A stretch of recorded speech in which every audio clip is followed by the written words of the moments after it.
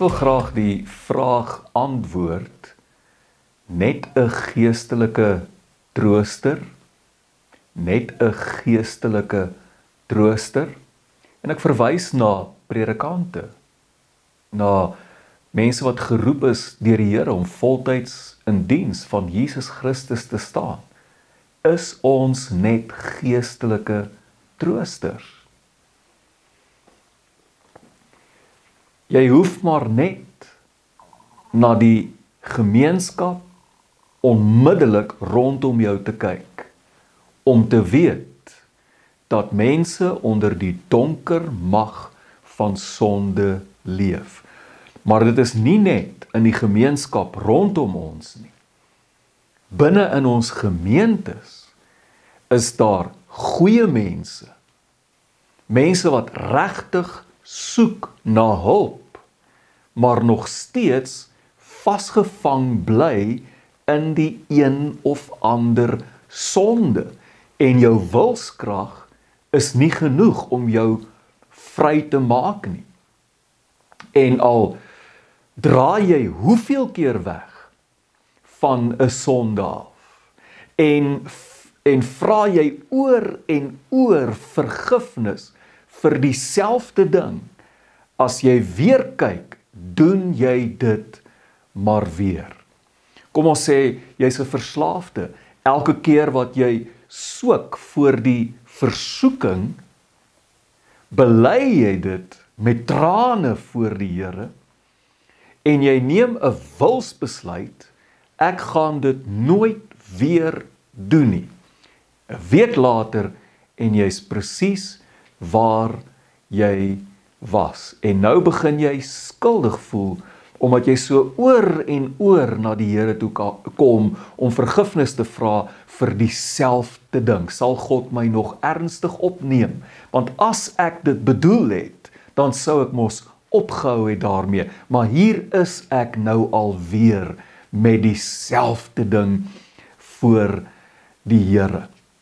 Dit is soos wat Paulus in Romeine 7 vers 15 skryf. Hy sê, ek verstaan my eie optrede nie. Wat ek wil, doen ek nie. Maar juis wat ek haat, dit doen ek.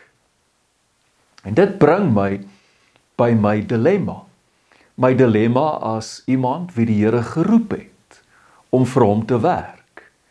Iemand wat gesalf is, 'n gesalfde van die Here. Iemand wat in diens staan van Jesus Christus. Hier's my dilemma. Hoe help ek jou? Wat sê ek vir jou as jy in 'n gat van depressie is, om jou vry te maak van daardie depressie? Is ek as 'n dienskneg van Jesus Christus dan magteloos om jou te help? Wat van mense wat siek is? Wat sê ek vir jou as ek jou besoek in die hospitaal?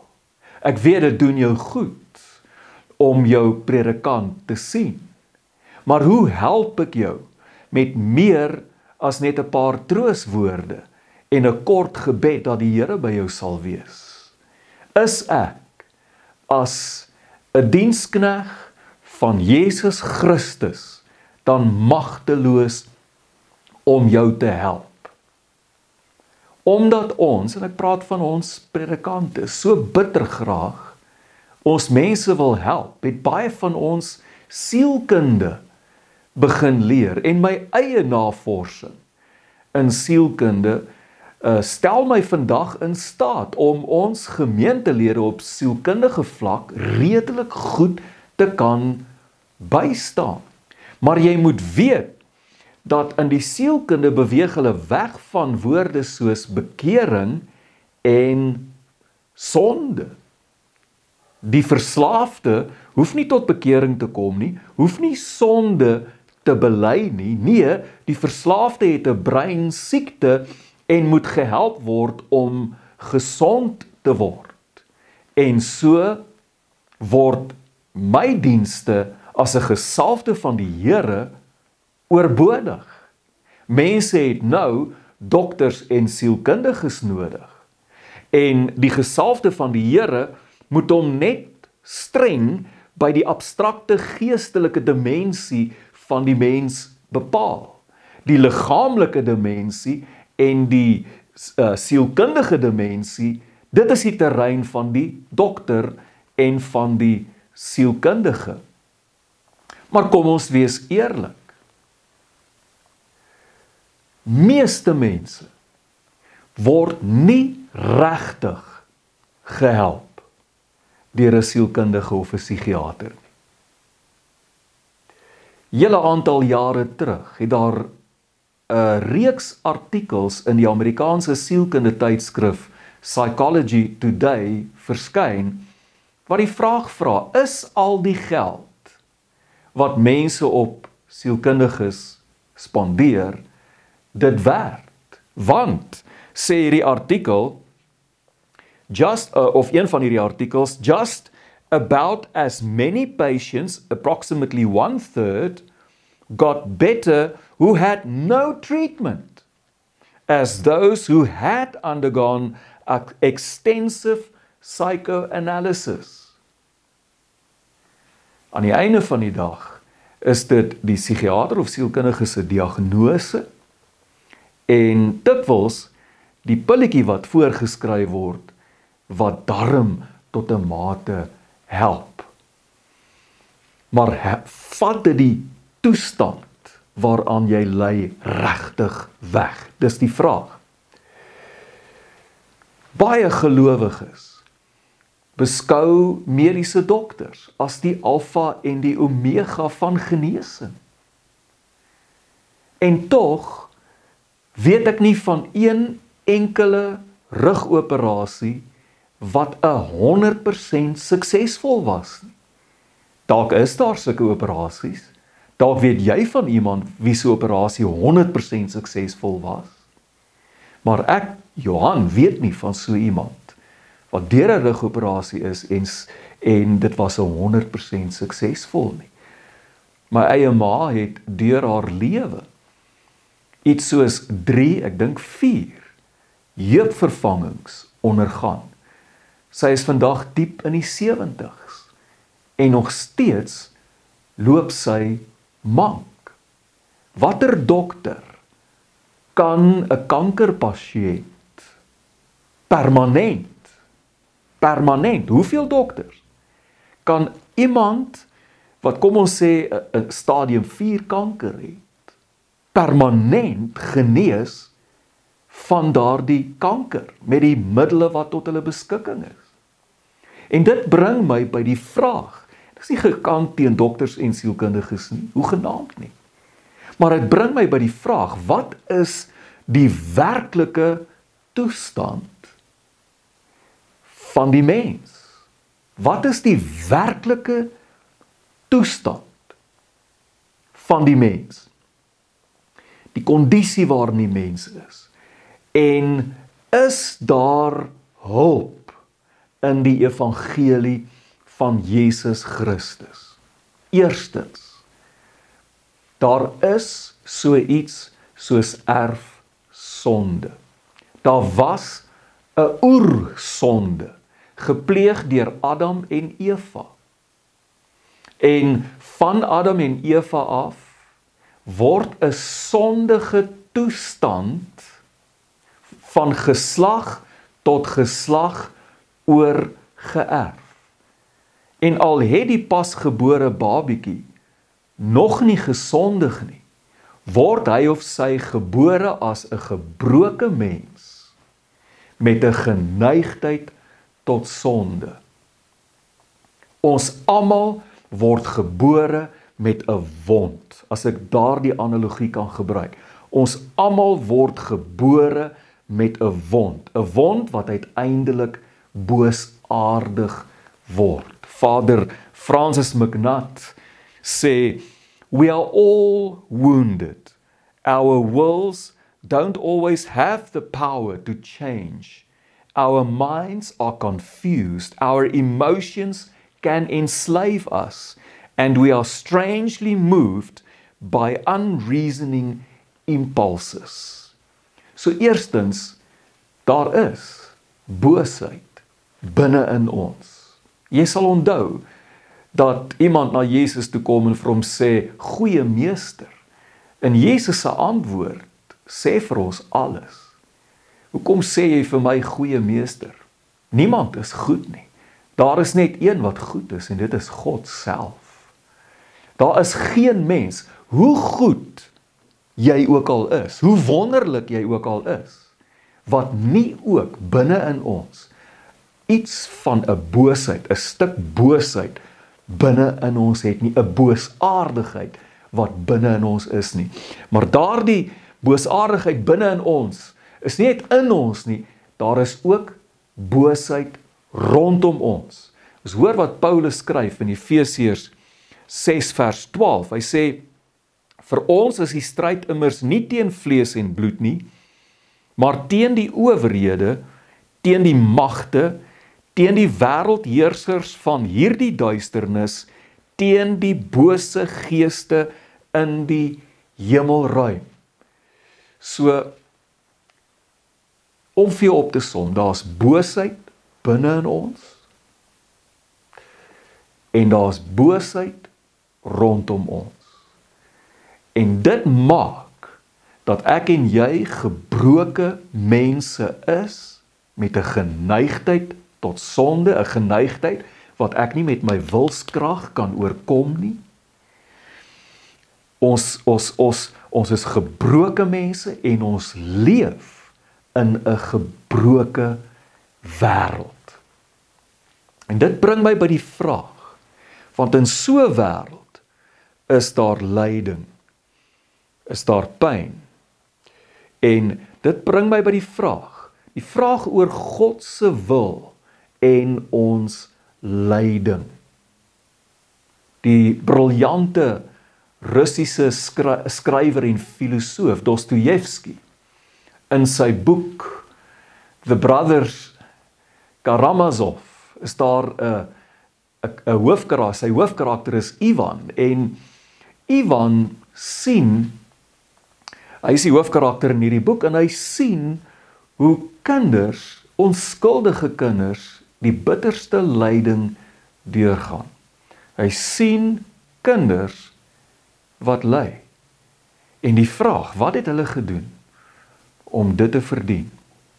En dan verwerp Ivan die idee van 'n liefdevolle en 'n regverdige God. Jy sien, dis die plek waar baie ateïste gemaak word.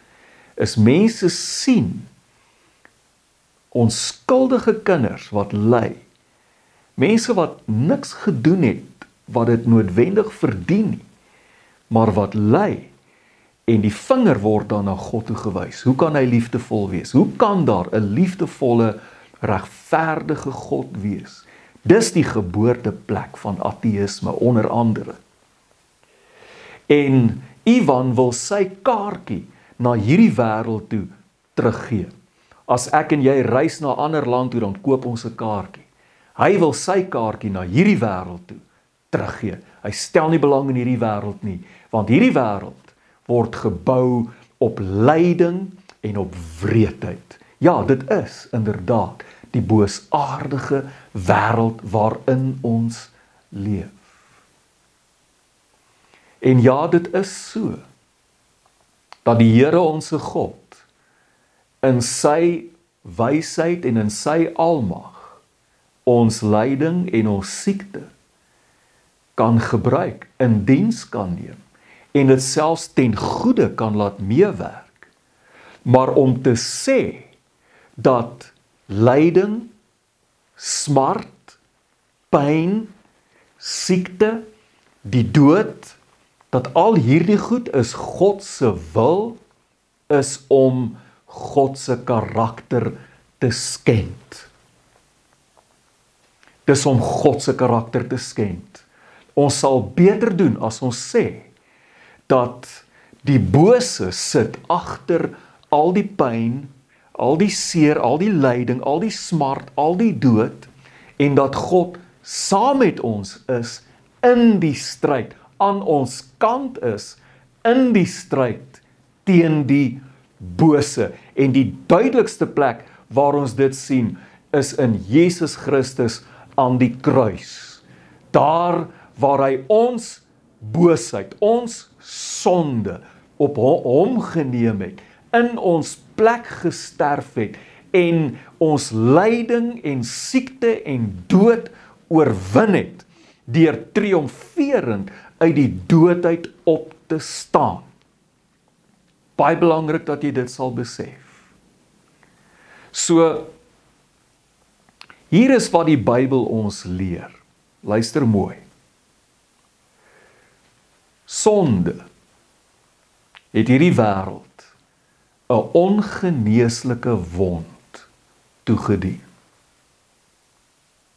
En deur sonde word alles in hierdie wêreld besmet. En deur sonde het die bose mag gekry oor ons wêreld. En is vanuit hierdie toestand wat al die smart en lyding en pyn en dood kom. En ons wilskrag kan ons nie uit dit uitred nie. Ons ontwikkeling, evolusie, ons kan nie uit dit uit ontwikkel nie.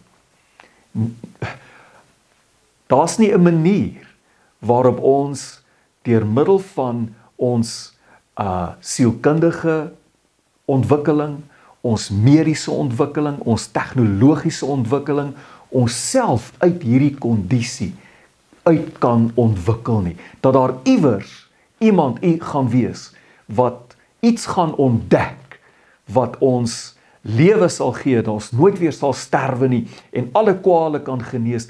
Daar bestaan nie so iets nie. En dit gaan ook nie gebeur nie.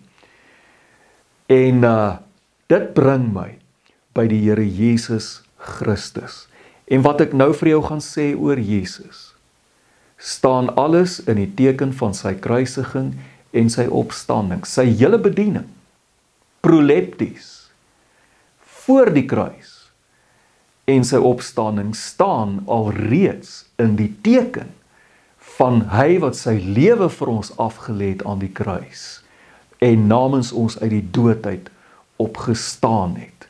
So sy hele bediening voor die kruis en na die kruis vloei vanuit sy kruisiging en sy opstanding. Maar nou wil ek hê jy moet baie mooi hoor. Is verstommend hoe dat mense na Jesus toe gestroom het. Hulle het na hom toe gestroom. Soveel so dat hy soms maniere moes vind om te ontsnap, net om te kan bid. Mense het hom oorval. Ons lees byvoorbeeld in Markus 3 vers 10, want hy, Jesus, het baie gesond gemaak. Hier's die sleutel.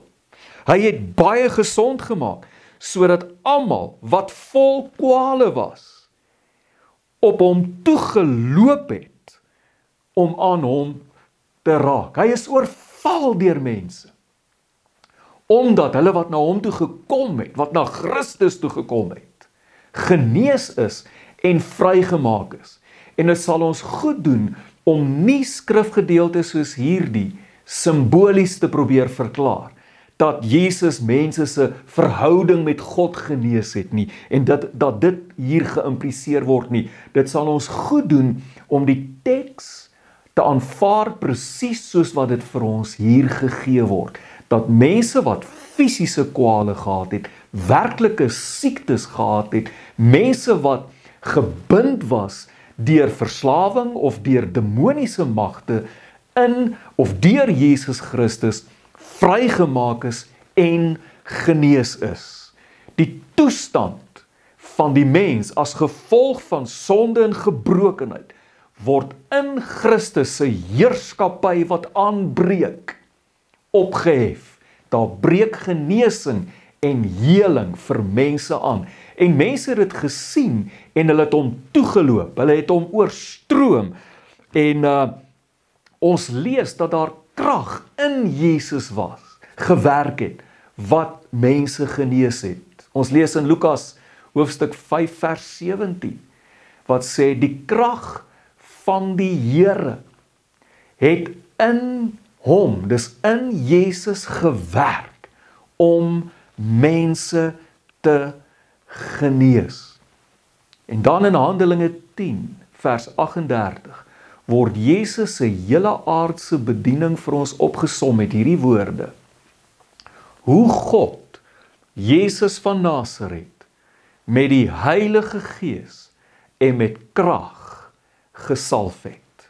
Hy het die land deurreis, goed gedoen en almal wat onder die mag van die duiwel was, genees, omdat God met hom was. Let op die woorde. Hoe God Jesus van Nasaret met die Heilige Gees en met krag gesalf het. Daar's 'n krag wat in Jesus gewerk het. Die Gees van God, die Heilige Gees, wat soos 'n duif op Jesus neergedaal het na sy dood, het hom toegerus met krag, het 'n krag in hom geword. Hy, die gesalfde van die Here, met die salwing van die Heilige Gees op hom. Daardie krag wat in hom gewerk het, is die krag wat die mense gesond gemaak het, genees het, vrygemaak het en nuwe lewe gegee het, kettinge gebreek het, demone uitgedryf het. En hier is die punt waarby ek wil uitkom. Hierdie bediening het nie gestop by die Here Jesus.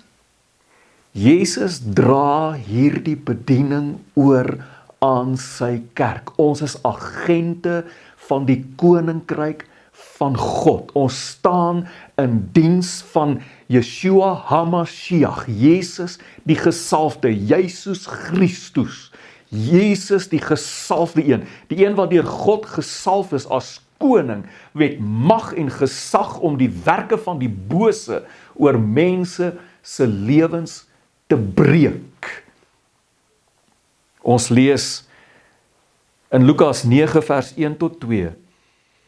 Jesus het die 12 bymekaar geroep en aan hulle mag en gesag oor alle demone gegee en om siektes te genees.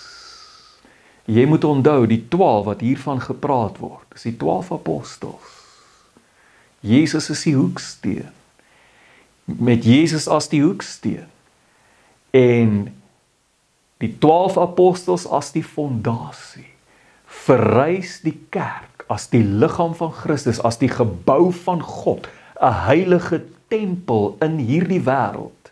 Petrus wat skryf en sê, dat ons na hom, die lewende klip, toe moet kom en toelaat om soos lewende, om as lewende klippe opgebou te word tot 'n geestelike huis, 'n tempel waar geestelike offers aan God gebring word. Die punt is dat die kerk word gebou op die 12 disippels en met Jesus as hoeksteen en die bediening van Jesus en die bediening wat Jesus aan die 12 oorgedra het om hulle mag te gee en gesag te gee oor demone en oor siektes is oorgedra aan die apostels en is sodoende oorgedra aan die kerk van die Here Jesus Christus.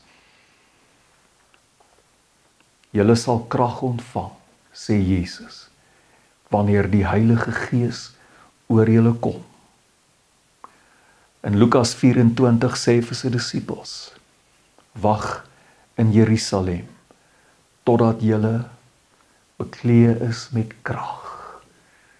Krag uit die hoogte. Ek wil vir jou sê, vandag,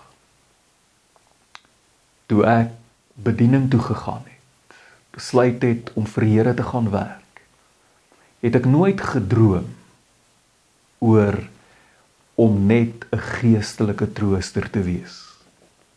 Om net 'n seremoniële funksie te vervul, om mense beter te laat voel nie. Om net jou hand te kom vashou, sodat jy daarom nie alleen in jou lyding is nie. Ek het gedroom van 'n bediening waar ek toegerus word met die krag van Yeshua HaMashiach, Jesus die gesalfde een, dieselfde krag wat op hom gerus het, dieselfde Heilige Gees, dat dit ook op my sal rus en ander soos ek, sodat ons in die naam van Jesus diensknegte van Jesus Christus kan wees in hierdie wêreld, waardeur genesing kan kom, slawe vrygemaak word, kettinge verbreek kan word en mense vrygemaak kan word in oorwinning. Nee, ons is nie net geestelike troosters nie. Ons is toegerus met die krag van die Gees. Ons is gesalfdes van die Here.